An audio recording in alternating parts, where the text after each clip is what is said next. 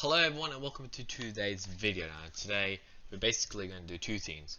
One we are going to do is that we are going to do a quiz that F1 did just to test just basically to test my knowledge on the 2020 season, because obviously it's been very crazy. The 2020 season has been. So let's get right into it. Now, I had not seen any of these, so the drivers suffered the most DNFs in the 2020 season. It has 20 questions as well, and then I'm going to get to the other thing. I think it's Lance Stroll. Oh, it's K-Mag. Fuck. I was close. He got 5 times. I was close. A quarter of the voters chose the 2020 Italian Grand Prix as their favorite race of the year. Which of these drivers did not leave the race at some point? Well, Hamilton did not know. Gasly did. I think it was Stroll. Yeah, Stroll did. Yeah, I know Sainz did. Some point. Which driver raced the most laps in 2020? I think it was actually. I think it was Norris. Yeah, raced the most laps in 2020. Sebastian Vettel was spotted going for a drive with Racing Point team principal Otmar Zalfana during the Silverstone doubleheader. According to Vettel, who later be signed by Safnar to race for his team in 2021, he was simply keen to check out Safnar's new car. But what was it? I don't fucking know. I'll probably say the Ferrari 488 Pista or the Aston DB5 Goldfinger configuration. Say the Ferrari. Yeah.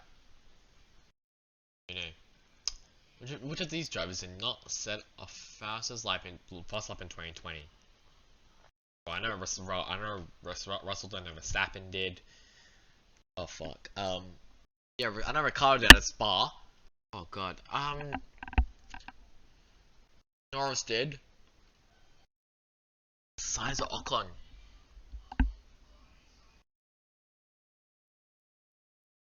I'm gonna go with Ocon. Yeah. Oh.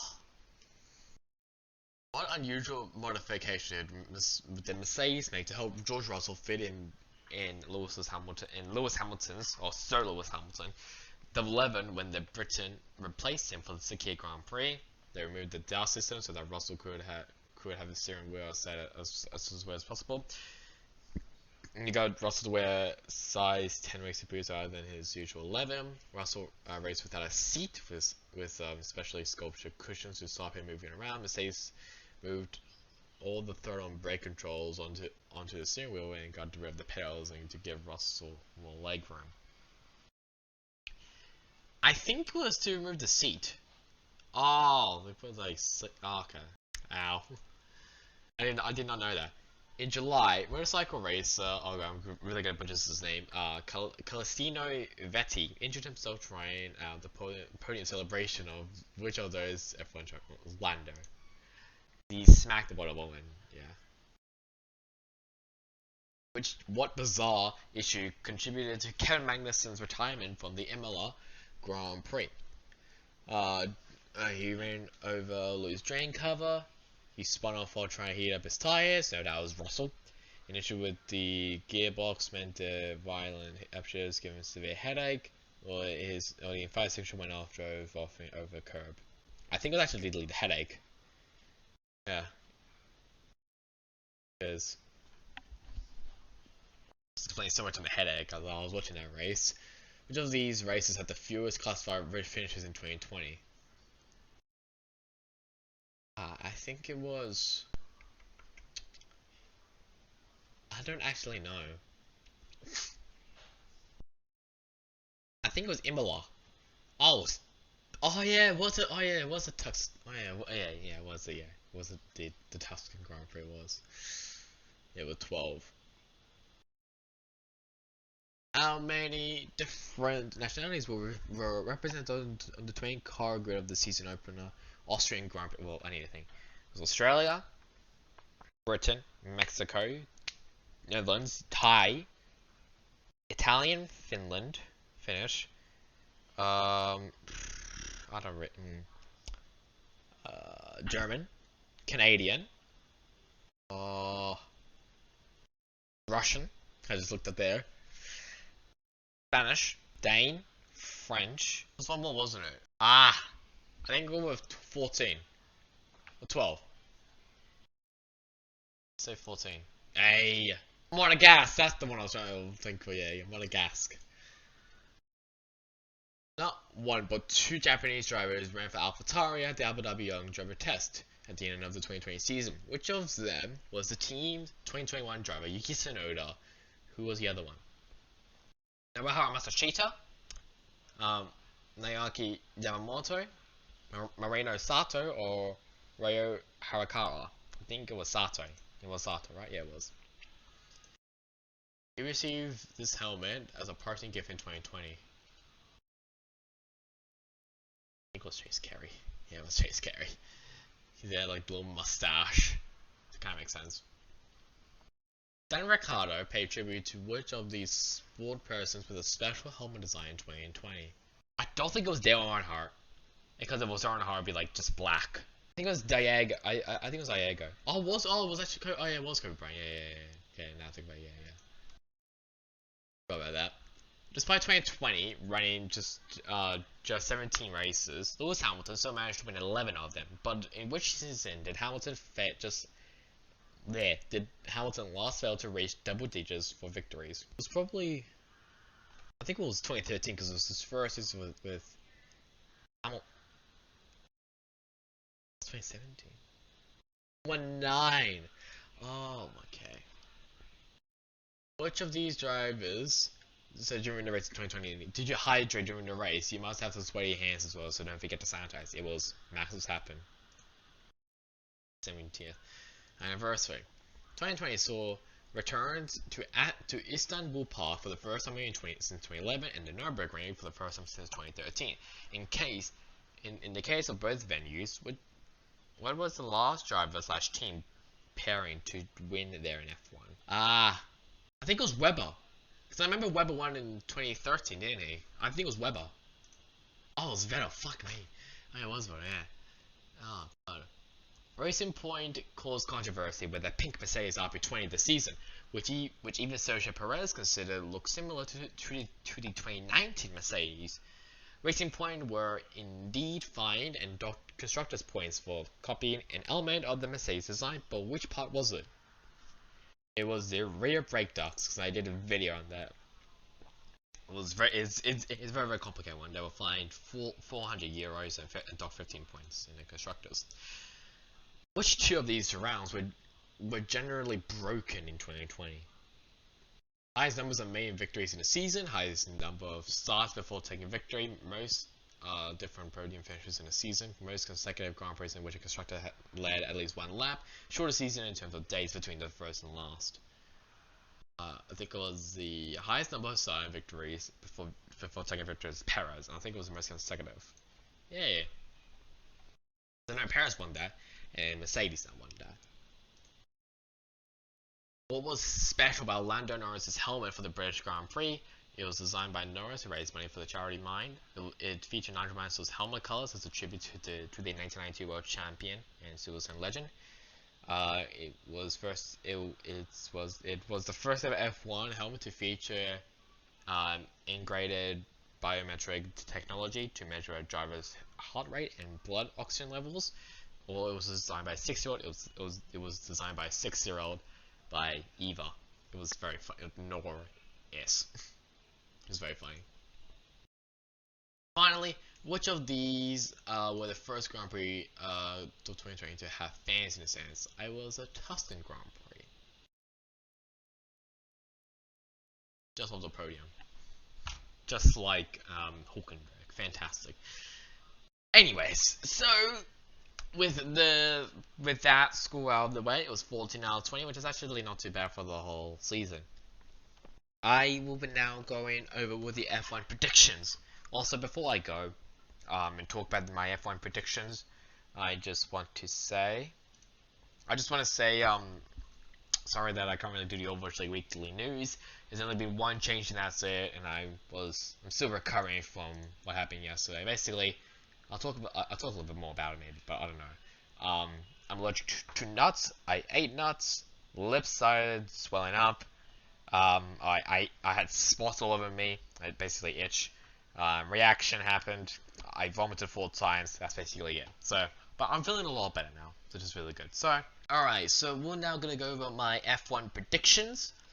And we'll first start with the biggest surprise in drivers. Now, this I don't think it was really that hard, be honest, but I had to really think about because there being so many teams like moving, like drivers like moving to two teams and teams. I decided to go with red number 5, who finished 13th with 33 points, German Sebastian Vettel. Obviously, he's now going with the Aston Martin Racing, and I think he's going to do really. I think he's going to do better than last season. I'll be honest. I think he's definitely going to do much better than last season. So I'm really so hopefully that comes in because I don't really want that to be out. Just age like milk. For the biggest surprise for team, it was very close. I think it was like a battle between Alpine or Aston Martin, but I did put Aston Martin. Obviously, they had formerly known as Racing Point. They had a very strong running in 2020, so I think they're going to do really well that season. And it's going to be a new one where I don't think a lot of YouTubers have really done. But this is for the best race of the season. Which of the 22 current tracks will produce the best racing of the season? It was close. I think it was between Great Britain, so Silverstone, and Austria, Spielberg. But I decided to choose Austria just because we've had more like exciting finishes, more exciting races than Silverstone.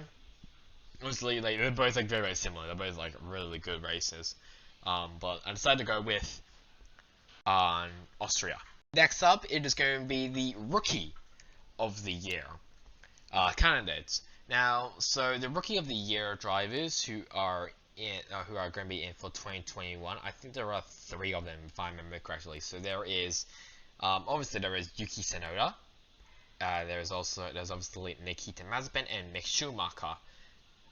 I decided to choose Yuki Tsunoda. It's kind of like a no-brainer. He's in a lot better equipment than Mazepin and Schumacher. They're both in Haas.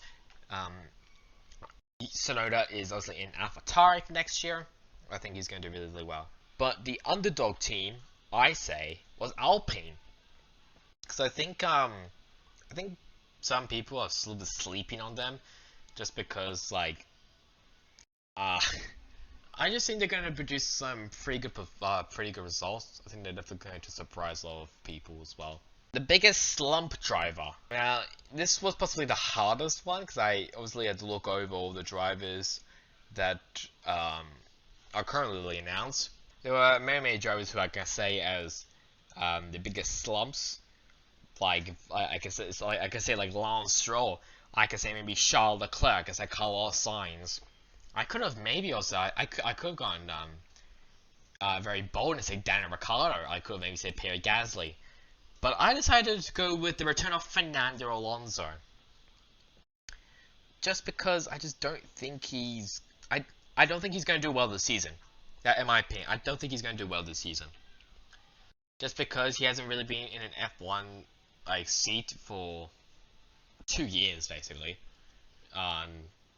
Since 2018 or 3 years. I don't know. I can't math. So I think it's supposed to be Alonso. The biggest slump in team, I will say AlphaTauri. They could have I could have maybe said Alfa Romeo or even freaking Ferrari if I really wanted to torture everyone there, but I decided to go with AlphaTauri just because I don't think they're really gonna have the same season as they did this season. Driver of the Year.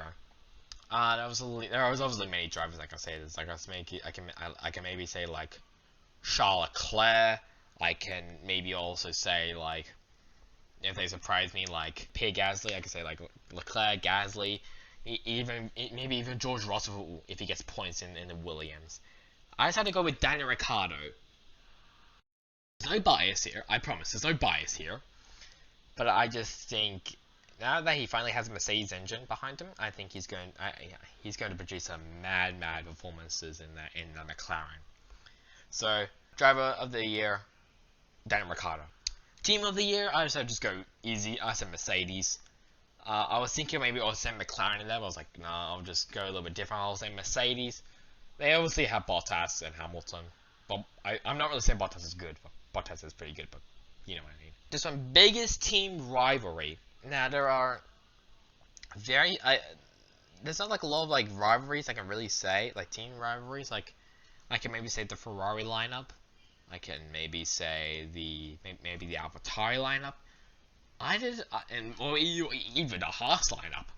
I decided to go with Alpine because if you're in Alonso's bad side, you know some shit's gonna happen. Like we already know by the 2007 McLaren, McLaren lineup of Hamilton and Alonso. You know how feisty that was. There's also I think it was also the 2017 as well, when he just kept complaining about the Honda engine, which kind of makes sense because the Honda engine was shit. But I decided to go with Alpine because obviously he wants good results. He wants to be in a team where he can compete for wins and podiums and championships. So there's a lot of pressure on Alpine to do that. So I decided to go with that. Next, we're going to go with the Constructors predictions. Now, we're going to start from the low end of the scene. So basically, we're going to start with 10th place, and then we'll work our way up. So in 10th place, I decided to put Haas. Was really like a no-brainer here. Yeah, it's a rookie lineup, so I'm just not surprised I really put them down there. Next up is Williams. I do think Williams is definitely going to do really well. I think that we're going to score some points. I will be very surprised if Latifi gets some points, but I won't be surprised if Russell gets like 1 point or 2 points. So, Williams in 9th place. 8th place, it is Alfa Romeo. Yeah, it kind of makes sense as well. Probably going to be like an average, maybe like a shit year as well. It's basically just like basic like 2020. 7th, AlphaTauri, just like the same. Probably with no wins though. So that's like the only drawback on that. 6th place, it is Alpine. I do not really see them really improving. Even with Alonso in the lineup, I don't see them improving with that Renault engine. 5th place, Ferrari. I think they're going to do a little bit better than last season, if not better. They have Carlos Sainz, who did finish 6th in the standings last season, moving to Ferrari. And obviously with Leclerc in there as well, who somehow got podiums in that. I still don't know how he got podiums in that Ferrari, but he did. So 5th place for Ferrari. 4th place, Aston Martin. I think they do have a pretty good lineup. They also have Verwood, who is a champion. They also have Lance Stroll, who's definitely actually improved. I'll admit he's definitely improved. So with Aston Martin. 3rd place, McLaren, obviously with that Mercedes-powered engine, and with the very strong lineup of Ricciardo and Norris.